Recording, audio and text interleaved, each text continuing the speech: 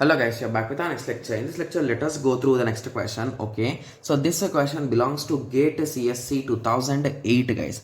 Okay, so the given question is for a magnetic disk with a concentric circular tracks, the seek latency is a non-linear proportional to the seek distance due to. Okay, so this question is a type of theoretical question and it's a bit conceptual, guys. So the reason is so we will have disks, right, in our hard disk. So we will be having an head also.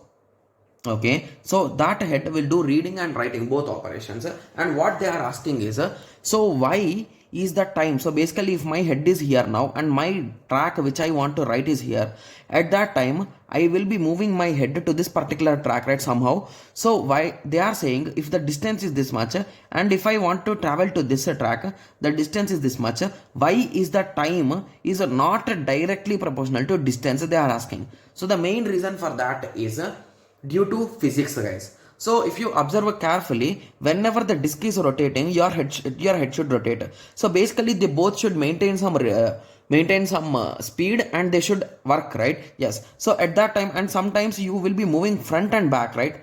So at that moment, so automatically the physics, the inertia, the starting, everything will be facing an issue, right? So basically where you are starting, that position will matter, and the inertia. So basically if you are going there, you should immediately stop. Means it is a Newton's law, right? So you cannot stop immediately. So there should be some friction and all those things will be coming into the play.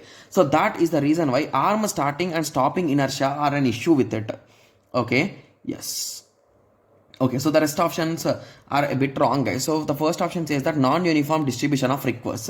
So that is not the case, right? So it depends completely on the file, how it is storing and everything. Similarly, moving on to see higher capacity of tracks on the peripheral of the pattern, of the platter. Okay, so this concept, I think a few students have already known it. So the thing is, most of the people have identified that. So as the tracks increase, as the tracks go outside, so the number of sectors will increase, right, indirectly. So the concept here is wherever you go, the size of the sector is fixed, right? So indirectly the number of sectors in a track is also fixed.